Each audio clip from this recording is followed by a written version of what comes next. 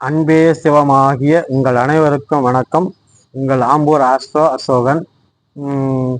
இப்போ தர்ம கர்மாதிபதி யோகம் எப்படி உண்டாகிறது, எப்படி ஏற்படுகின்றது என்பதை பற்றி பார்க்கும்போது, அதாவது ஒருவருடைய ஜாதகத்தில் 9ஆம் இடமான தர்மஸ்தானமும் 10ஆம் இடமான கர்மஸ்தானமும் தொடர்பு பெற்றால் அது தர்ம கர்மாதிபதி யோகம் என்றது ஏற்படுகிறது.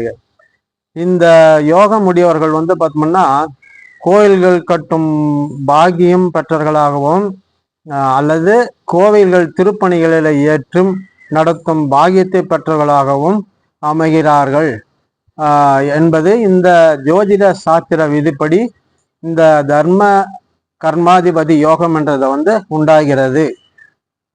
வணக்கம், நன்றி.